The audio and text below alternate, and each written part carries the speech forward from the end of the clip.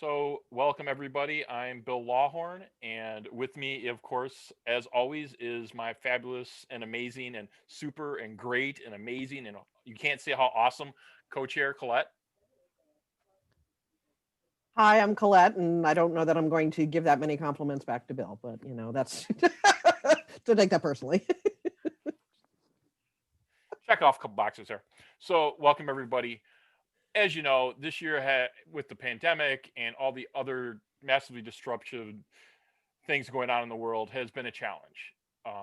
We know it's been bad for everybody out there, as a community, as individuals, especially over the last 10 months, as we've lost people who are close to us. We've lost events that are close to us, and we've lost some of our traditions. Our tradition of coming together annually in person to celebrate the things we love as a community and as a family has, over the decades, has been disrupted. We found ways to work around it.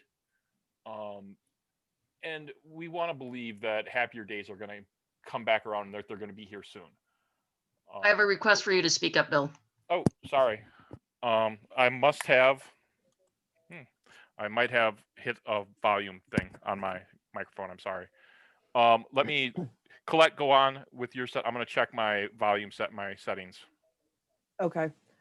Basically, DisCon 3 back in early October, the chairs in the committee decided to prepare a report for the committee to review regarding the decision of whether DisCon 3 should be a virtual, hybrid, or in-person Worldcon. This report would be completed in time to be discussed at the November 23rd division head meeting. The chairs sought the following inputs into the report. Somebody is not muted. Starting in mid-October, the chairs met with each division to go over the timeline, staffing, and budget impacts of a virtual, hybrid, in-person DisCon 3. Conversations were held for both of the convention's venues. Conversations were held with other large events within DC, within the same proximity of DC's current weekend. We reached out to contacts within the DC government. We reached out to contacts within the scientific community regarding insights into safety measures and the vaccine. And we ran a public poll from November 9th to November 15th. Our report can be best summarized in a few points. A full hybrid convention is not workable at this time. In this case, we're talking a situation of complete dual casting of all things that are going on. With things interactive with panelists of virtual and in place. Our staff and committee just don't feel that's possible. We also recognize there's a lot of uncertainty related to the vaccination and travel for August, and therefore the viability of an in-person convention makes a virtual DC3 more probable and viable for the August dates. And also it was made very clear that trying to concurrently plan for both in-person and virtual at the same time was not a good use of our staff, and it was not fair to our staff to have them do work that does not actually end up doing and leading to anything. The results of the November 23rd division head meeting were that given the likely impossibility of holding an in-person DC3 over our current dates, the action item was to check with our venues and see what weekends DisCon 3 might be able to shift to in November and December 2021. We reached out to our venues and had that information back, and we had a comparison chart ready on Tuesday, December 2nd. After review and input from the division heads of the venue availability dates, as well as other factors, the chairs called for a vote from the DHs with the following question. Yes, move forward with polling the guests of honor, quiet check-ins with staff. And maybe do a public poll on moving the dates to December 15th to 19th, or no, we do not consider moving DisCon 3 to December 15th through 19th, 2021. We keep the existing dates and likely go significantly virtual with a limited potential in-person activities. The results of the DH vote was 10-4, 7 against. Or maybe you say 10 yes and then 7 no. That's what we asked, sorry. Based on the closeness of the vote, the chairs decided to move forward with the following steps. We instructed the GOH liaison early Wednesday afternoon to inform all of the GOHs about the discussions of a possible date change, letting him know a poll would likely be going out the next day. We asked the division heads to start checking with their staff for their input and feedback, and to remind them of our upcoming all-staff meeting, which is tomorrow, where feedback could also be given. We contacted both the 2023 Worldcon bids and Chicon 8 Wednesday evening to let them know about the discussions and that a public poll was going to be released. We worked with our polling team and we got the poll out on Thursday afternoon. A second email then went out on Friday afternoon alerting the program participant applicants as well about the poll that was out there. As of this presentation, or at least a little before noon, there were 1,430 responses to the poll. Our next steps currently are to review the detailed feedback from the guests of honor, our division heads, and our staff and volunteers. We're going to review the poll results and the comments that came in with them, and some of our staff feedback is coming in that way via the poll. We will reach out to our venues to ensure DisCon 3 has flexibility as we move forward with planning. And at this time, we believe that we can stay within our announced timeframe of a format announcement being taking place in January 2021. We can't really say more at this time. We can certainly answer questions as best we can. Thank you.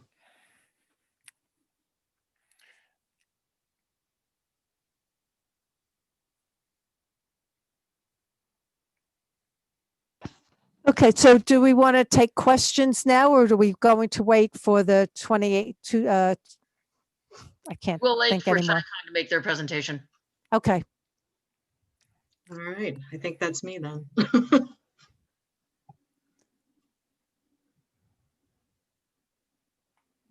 I think I am unmuted. Are we set to go?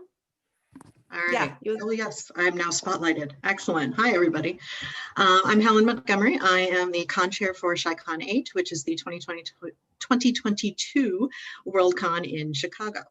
I'm going to be looking off to the side here because that's where my notes are. So I know it might look a little weird on video. But before I do that, I do want to basically say ditto and echo what Bill said about the difficulties of this past year with the pandemic and everything. It certainly has affected us as well, and many of our friends and family. So, all right, so this presentation is really geared towards con runners because this is the con runner convention. So if there's folks who are watching who don't understand something I'm going to say, by all means, please do put the question in the chat for it. So I'm going to start by talking off briefly with a facilities update. I'm really excited to announce that we should be signing our hotel contract with the Hyatt this coming Monday. The delay, of course, in this was related to the pandemic. Our sales team was furloughed for basically April through August. Any of the negotiating that we would have been doing prior to Con Zealand ended up happening after Con Zealand. So, but we're very excited about that. Now, one of the things we mentioned in our FAQ is a change in the room rate. We had been saying that the room rate was 160 and it is now 165. The primary reason for that is initially in the contract, they had a split between the regular rooms and the upgraded rooms. Upgraded rooms are basically ones that are in the higher level with nicer views. And admittedly, they are some really nice views of Lake Michigan and downtown Chicago, but they wanted those upgraded rooms to be at $185 a night on peak nights. And we said, not super keen on that. So and that would have been about 560 rooms that would have applied to. So what we did is, we negotiated with them, and what we've said is that all of the rooms now will be 165 a night, including on peak nights. And we think that that's going to be a much better deal for all of our attendees to have those additional 560 rooms at a cheaper rate. So that's where that came from. Next topic would be recruitment. I am super excited to announce that in the last week, we have onboarded 2 new division heads. So welcome to Taylor Dutheridge. She's our promotions division head. She's based out of Chicago, has been working with Chicago TARDIS, the Doctor Who convention, for ages, and has also been working with WindyCon for the last year or so. And David Stein out of Detroit is taking on the role of our events division head. So welcome to both of them. He's got a lot of real world experience with music and theater and all of that. So I'm super happy to have them on board. Other things that other people to welcome for recently, Alice Lawson, who many of you know is one of the co-chairs of Worldcon 3, has come on board, and she will be our @Con volunteers area head. So super happy to have her on board. And then also we are planning to have a team to help folks with travel letters and visa and all of that.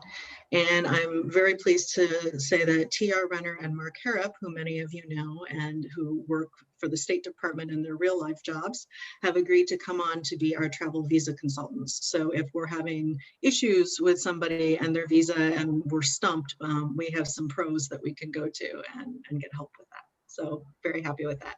We have a few more interviews coming this week about social media, an events division, deputy division head, tech director, various other jobs. So hopefully we'll have more announcements and more roles filled soon. With that being said, we still need volunteers. We need them in all of the divisions. We're getting ready to be putting up specific, job descriptions and stuff that we're looking for. But overall, you can go right now to our website, chicon.org, and fill in the volunteers form. When you go to the website, you'll see for members, under for members, it says volunteering, and that's where that form is. So please do fill that out. We would love to have you. Next thing is an announcement regarding WISFES.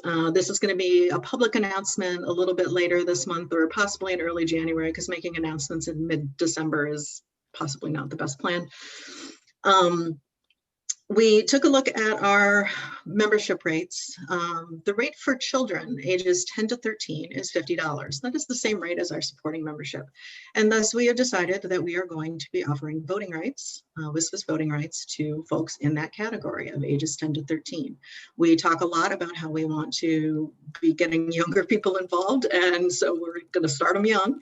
And especially because in that age range, many of them are starting to read works that are nominated for the Lodestar YA Award, and they should have an opportunity to express their opinion and vote on that. So, so that's something that we wanted to let folks know. Moving to financial, we've had a lot of good budget meetings. Understandably, this year, I mean, for DisCon, for us, budget planning is going to be very different than most other Worldcon years, but we're working on it. The other thing that we've been doing is talking about having our community fund to help attendees. And what we've done so far is we've pretty much decided, and again, nothing's completely final, but what we've decided is that anybody who is identifies as non-white or LGBTQ plus can apply for the community fund regardless of where they are. And then anyone within Chicago and a to be determined driving radius will also be able to apply. And this would be for help with membership costs, transport, hotel, etc. So we're still working on the application process. We're still working on the internal processes of how it's going to be done. And we're aiming to launch this fund in the first quarter of 2021, hopefully. And also financially, we have been finalizing the installment plans and the details of how that's going to work. In broad strokes, what we're going to be doing is starting in 2021, people will be able to pay whenever they want towards an upgrade from supporting to attending in their membership. There will be a minimum amount, probably $30 if you're doing that by credit card, especially just because of the fees involved. And we'll be sending out quarterly reminders in 2021. We'll be sending out monthly reminders starting in January of 2022. And we plan that it must be paid in full by the end of May of 2022. That's the broad strokes of it. The details, again, we're finalizing. We're planning to announce that up on the website by the end of the year.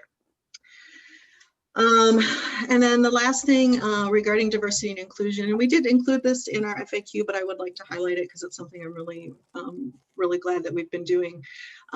Myself and Enchanter, who is our program division head, we held 2 focus groups in October. Sorry, time is very, very blurry.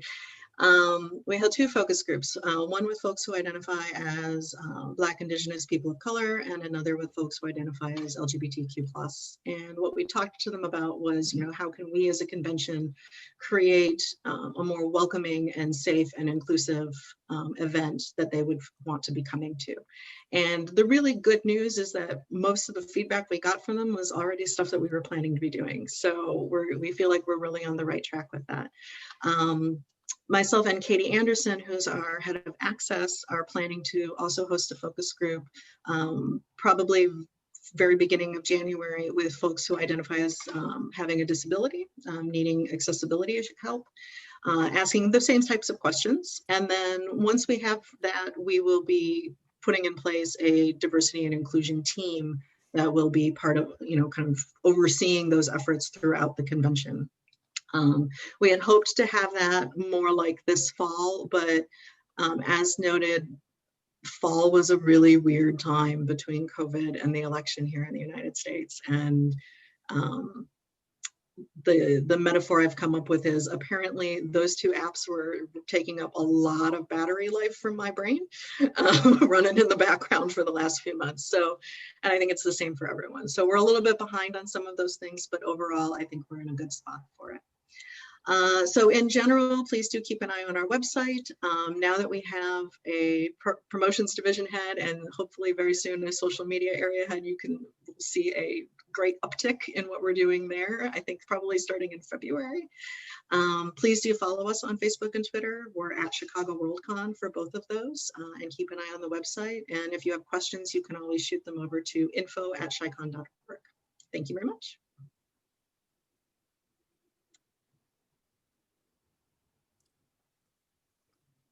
Okay, I think we can start the question time. Maybe Linda, would you please to start? Sure. Let me turn on my camera. So the first question is to DisCon 3. What is the status of your venue, the Marriott Wardman Park? Will it be okay? If that's not known, will you make an adjustment to another place? And when? Will it be the showroom across the street? Basically, well, as I mentioned in our outline of the steps we've taken to our date change possibility, we are talking with the Marriott. Currently, they expect to be open certainly by August, certainly by December. The upshot of 2 rounds of litigation over the fall is that the partner that was interested in turning the property into condominiums is no longer one of the owners of the Marriott Wardman Park. So that pressure is sort of off. So we believe that they will be open, and we are factoring that into our decisions around the date change. Thank you. Our considerations. Regina, you want to take the next question?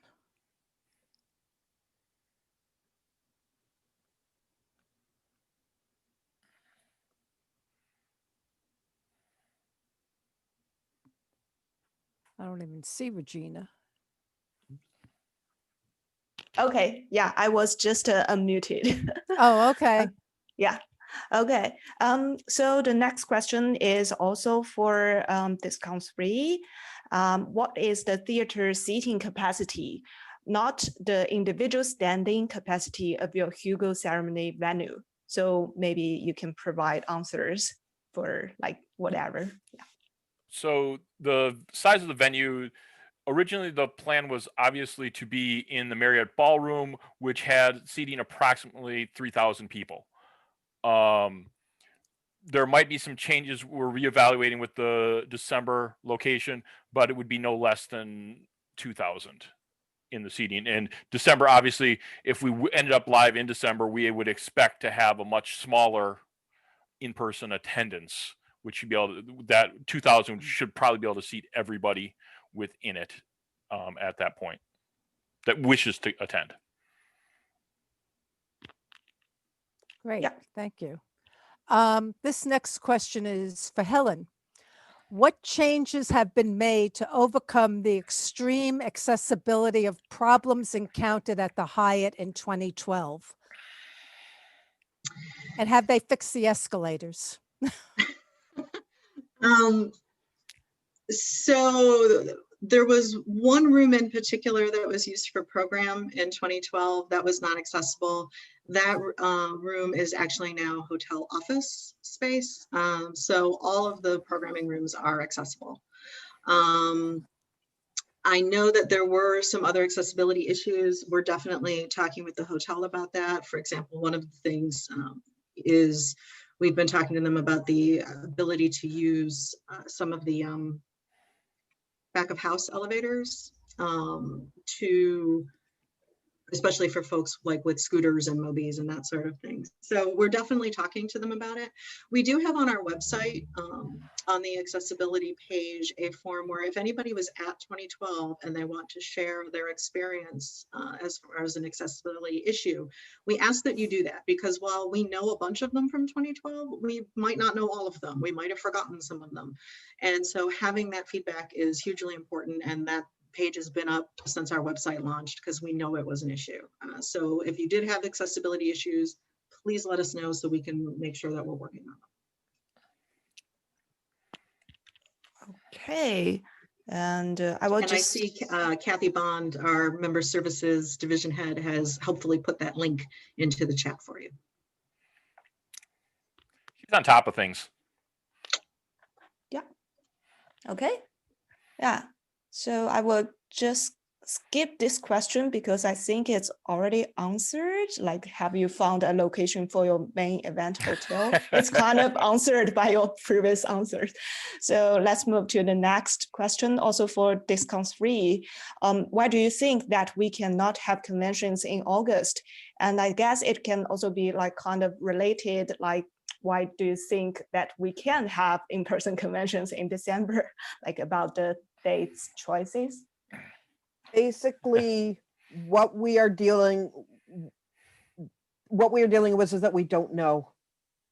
We do not know, and that Washington D.C. has been very slow to reopen. It is currently in phase 2, which It has been for the whole time, basically. 6 months. And so with a limit of 10 people gathered. What we know we can't do is throw a Worldcon together in 3 or 4 months, which is what we may be looking at if we tried to do an in-person event in August. And additionally, there is a lot of uncertainty over how wide the vaccine will, a coronavirus vaccine will be available at that time. And in our survey back in at the beginning of November, over 75% of our respondents said that a widely available vaccine would be either important or very important to them attending. And 60% of respondents said that they would not attend an in-person event in August 2021 if there was not a vaccine available. So we can't delay our planning any further. And as noted before, trying to work 2 paths at the same time is not going to work. And we recognize we're creating by potentially going live in person in December. We recognize that we're creating challenges for our friend Helen, as well as our friends in Chengdu and Memphis, as we are abbreviating their prep schedule. We fully recognize that, but we also believe that, and having seen comments around the world, and at some point we're going to see what we get in those comments from the survey. There's a lot of people who really, really, really want to be in person, And we feel that there's a fair chance because of things like the UK has, they've authorized and they're starting their vaccinations. DC's and other surrounding areas that we're starting to move in the United States. Yes, it's slow, but when you look at the number of doses that they're looking and saying they can put out, August seems to be a safe time for them to be getting close, but obviously we can't be sure in August. Whereas with the extra, September, October, November, those extra 3 months in between the convention, well, actually that's almost 4 months, because when you go into December, that extra 4 months is, a couple 100 million doses, if not more, vaccines. So it gives a much greater potential. And we totally recognize that we will be, and people and fans who come have to understand that we will be following district health code guidelines. If they want us to still be wearing masks, guess what, folks? We're wearing masks, and that will be part of our code of conduct. We're not gonna screw around with the city or health or putting people at risk. So subsequent to that, or as a follow-up to that, if you're in December, how will that affect the timing for the Hugo voting and site selection? We, as we mentioned, we reached out to both of the 2023 bids, and we're still, Chandu is asking us questions and having their own internal discussions. Memphis has said that it's fine with them. They can work with it. Yeah, they can work with it. We have not made a final decision on Hugo voting, but honestly, I won't lie, I'm totally inclined to have the finalists release it in April, and then have voting end at the start of November, because hey, that way everybody can say that we gave them plenty of time to read the packet. Yeah, and we want people to have a chance. Why are we getting a share screen at this point? I don't know. Please cut it out. But we want to give people, and obviously the WSFS Constitution drives some of this stuff. The site selection vote is tied to 6 months before the convention. So if we're in December, that means 6 months prior to that puts us in June rather than February. So that would be the open of the ballot time. And that's really determined by the rules. Whereas we have a lot more flexibility. Our WSFS division team, Jared and his people will, et cetera, we'll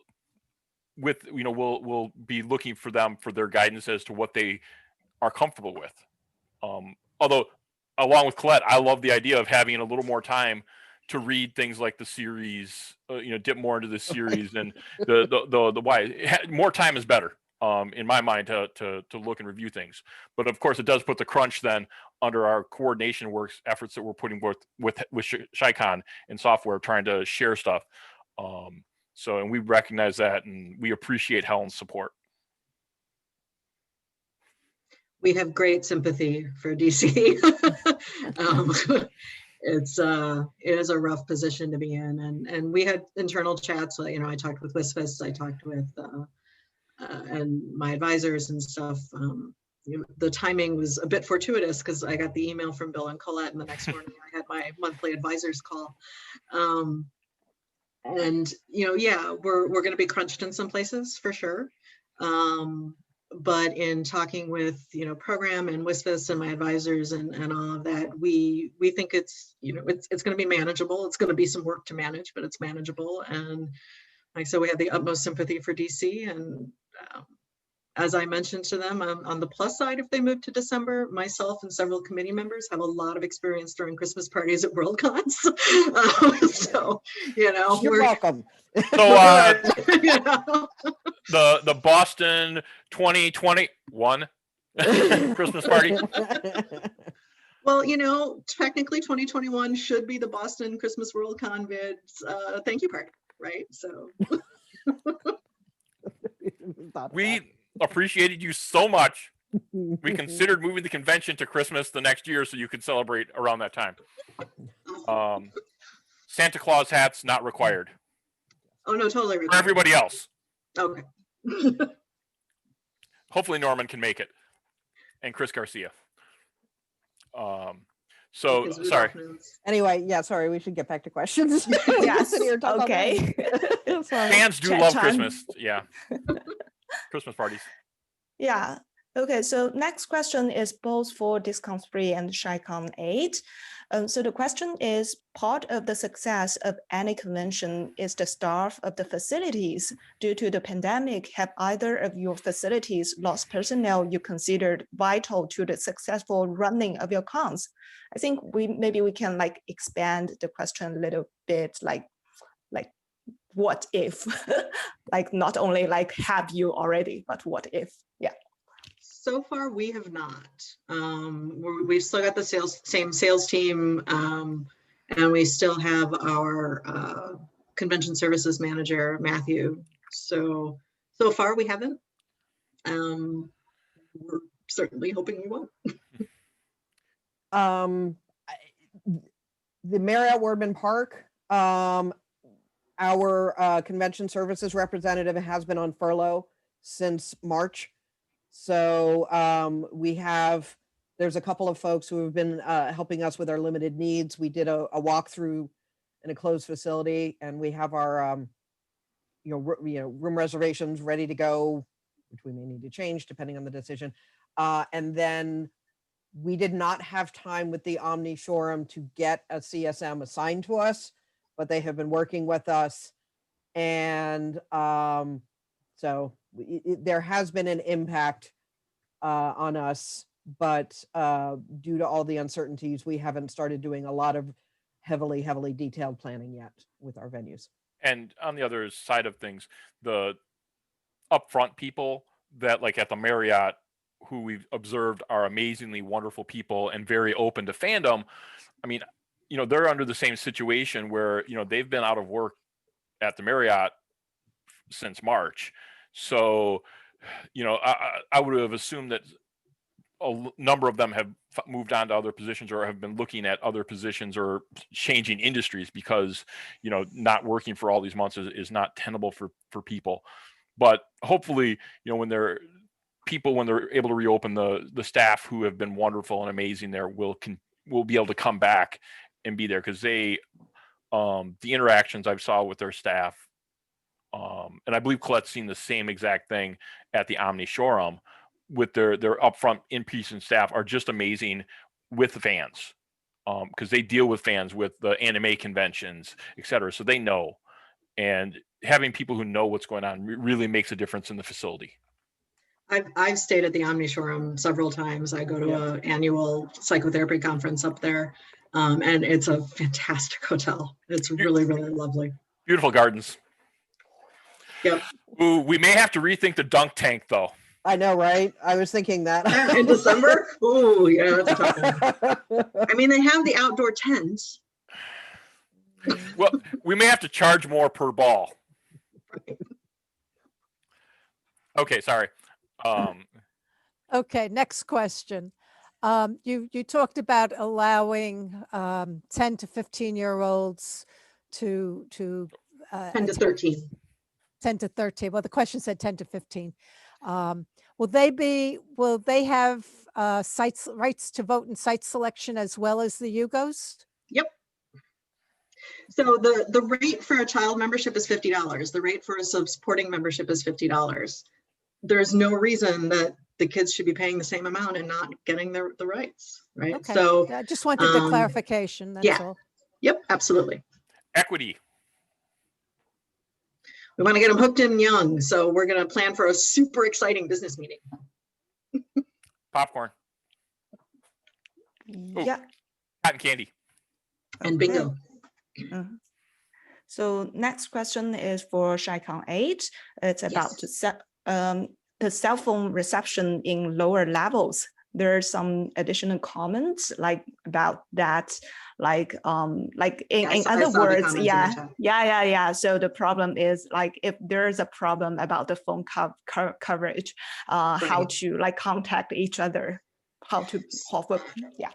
Yeah, so I mean, the primary convention center of the Hyatt is underground. It's definitely been an issue. I know that they've done some work on the Wi-Fi. Unfortunately, with COVID, it's not like we've been able to go down there and kind of and test it and all. One of the interesting questions that we had though is they've redone the entire lobby on the ground level, including taking out this giant fountain that was in there. And apparently there was a huge copper sheet under the fountain. And so we're wondering if that actually got removed with it, and if so, if that would change the cell phone reception. So it's definitely on our list of things to talk about with the AV folks in the Hyatt. But we're going to do what we can, and if we get, if not, if we have to get a bunch of repeaters, we'll get a bunch of repeaters. So. And the final question that we have. You can have pineapple on pizza. I think He's so reading too. the chat. It's a minor factor, but what about the effect of having SMOFCon so close before the Worldcon if DisCon 3 moves to December? What do you think the effect would be on both the Worldcon and SMOFCon? We don't know yet. We realize that having them 2 weeks apart is not ideal. There's opportunities there, though. Obviously, we know that the 2021 World SMOFCon will be in Lisbon. So, sorry, Lisboa. Sorry. And not everybody's going to be able to make that trip. So there might be opportunities for remote sharing of activities like has been done in the past. Because I can remember when the New Zealand crew in Australia, I think, had concurrent running activities so that people could participate in both areas and, at least be able to hear and be a part of things. So yeah, I know, like when I chaired the 2016 SMOFCon in Chicago, a bunch of the folks from New Zealand and all that weren't able to come, and they had what they called SMOFCon South the same weekend. So we broadcast several of our things. But then during the times where we were sleeping and they were awake, they had their own stuff. I will note in the comment that James Bacon, who's one of the folks running the SMOFCon Europe, says that they will support any change that the DC3 committee make, and we will manage the situation as we find it and hope we can work with them. I hope it can work too, because honestly, I was already looking forward to Lisboa as my first international trip. And I was really kind of hoping it was going to be kind of a nice victory lap. I'm like, I'm out. And then I'm like, oh, wait. Scramble. Woo, woo, woo.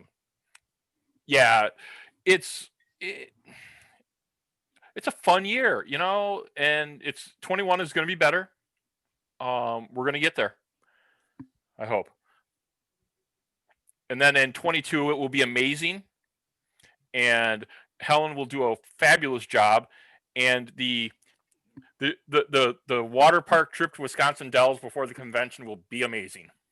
Absolutely. We don't even have to go to the Dells. There's one out in Rockford. It's closer. No, the Wisconsin Dells, man. Moose Oh. Jaw Pizza. Okay. I'm like, no Michigan, Wisconsin fighting here. Come on. Michigan? Oh, yeah. Okay. Sorry. Okay. Let's get back to questions. We have a new question. We have a new question for both cons, actually. How will you handle the medical issues? Yeah. How will we handle medical issues? Yeah. Apparently, like the question says, how will you handle medical issues? There have been cons that no one had any ideas of what to do. I guess it's like, what if someone suddenly like fell sick, or like some medical issues like among the participants?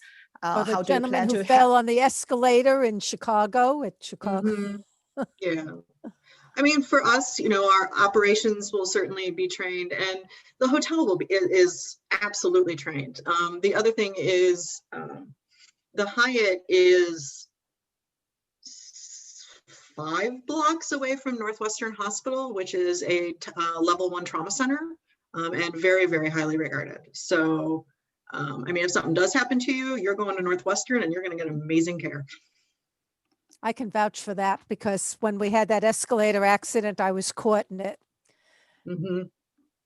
Yeah, so, you know, I wasn't Northwestern's thrilled with awesome the and it's hotel's super close. response, but I'll talk to Yeah, you that, privately about that. you know, in a true medical emergency, I'm pretty sure that our first thing is going to be to get the hotel to work with us, because they have massive, you know, I mean, they have massive planning for that sort of thing. Hmm. So. And we've seen in DC medical issues that when the World Fantasy was actually in Northern Virginia several years ago, one of the guests in the middle of the night had an issue, and the hotel was able to quickly help and get help there immediately.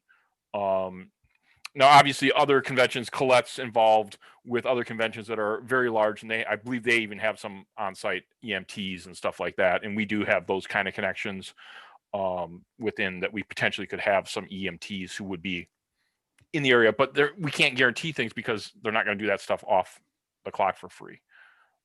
Yeah, I think we can agree with Helen that we would just turn to the venue first, because they are highly trained and very organized for how to handle this and when to when to bring in an ambulance and how to get them to any patient.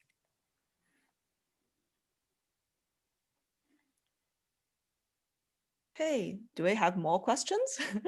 We're running out of questions. That's okay. I think we're out of questions. Yeah. All right, where's There's a quick Lee? announcement from James Bacon about the Jetta bid. Give me one moment.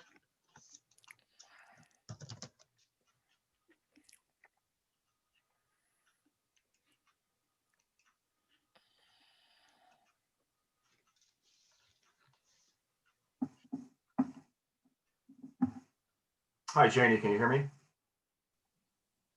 Yep, you're on. Okay, sorry for interrupting you, but obviously earlier we heard that the 2026 bid, there was a family issue. So we've had some further news from Yasser. And first off, he wanted to send his thanks. But Yasser from the 2026 Jetta bid just wanted to let us know that his wife is out of surgery and she is safe and sound. He really regrets not being here. And he just really wanted to send sincerest thanks to everyone, because he's already had considerable amounts of support and so on, even with her small note earlier. So I'm sure everyone here would join us in wishing Yasser and his family absolute best. You know, we greatly appreciate that. Family is very, very important. So we just wanted to let you know all that. And he is very grateful for the support. That's it.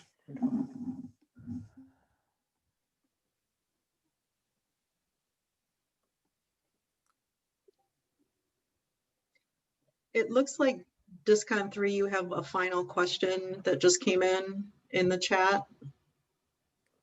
Oh, if DisCon 3 becomes a virtual convention, will there be a change in membership fees? And Bill needs to be unmuted. We have not made that decision yet. So Obviously, we'll take a look at the finances and the extent of the costs, and we'll adjust from there. And, you know, Colette and I have, from the very beginning, our push was trying to make the convention affordable. And of course, if we can make the cost lower and still give people a good experience, we of course will consider it, and we'll do that, assuming we can do it. But we can't guarantee anything at this time because we don't know what our costs are. Yeah. Are there any further questions?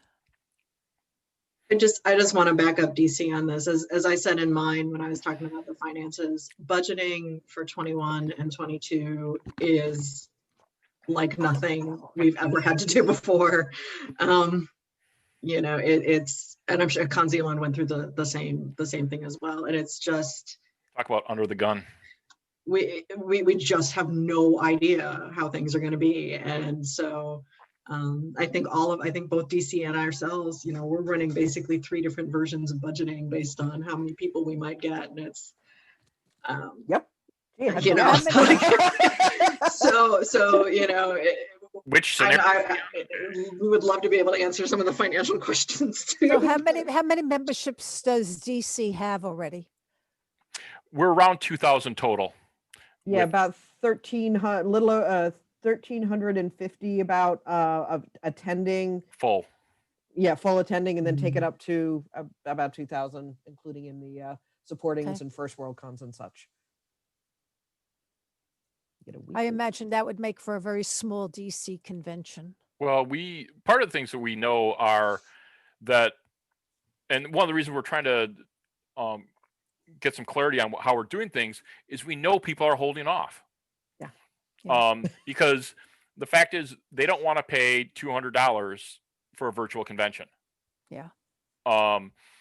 They don't, and going into last month, they didn't want to pay $200 to come to Trump's America. I'm sorry, but the fact is that's how a lot of people felt. And that's just a reality. So people are holding off, and now we have this virtual later in person. So people are like, okay, let's see what they're doing. And then we'll make our call. We Although have we less do than a minute, Bill. we Just do- want to let you know. Okay, thank you. We do remind everybody, please get your supporting memberships though, so that you can, because the nomination period starts really soon. If you want to have simple nominations, you need to get it in now. Well, And you need can to still be- upgrade from there. Yeah, you need to be to nominate the Hugos, you need to be a member by the end of the year. And then one last note is that Bill and I will be going to the Con Suite after this, where we'll hang out and answer any other questions as they come up for folks. So, And I would say too, for Chicago, also please buy your supporting memberships and start an installment plan. Because that at least gives us an idea of how many people might be thinking about coming in person. So, and with the other thing with the installment plan, you don't need to be making any payments anytime soon, but you can still have your supporting. So When's your next price increase, Helen? in theory, we are scheduled for one at the end of April. Our goal is to hold the rate as long as we possibly can. So if you get your supporting between now and the end of April, though, you can lock in the current rate, which is as low as it's ever going to be. And then again, you don't really need to start, you just need to be paid in full by the end of May of 2022. So, and we are planning, I should say this too, the plan is that if you contact us before that end of May of 2022 and say, I'm not going to be able to do this, we will refund anything that you paid over the supporting membership. Right, so we won't refund the supporting, but we will refund any of the additional payments towards attending. cool. Well, thank you guys. Very informative. We you. appreciate it. And we'll Thank see you, you in the guys. Con Suite. All right. In the Con Thank Suite. Thank you. Thank you. Thank you so much, Bye-bye. Regina. Thank you, Linda. Thank you. Regina. Quite welcome. Thank you. Thank you for Bye-bye. everyone's questions in the comments. Thanks. Yeah, thank you all. Okay.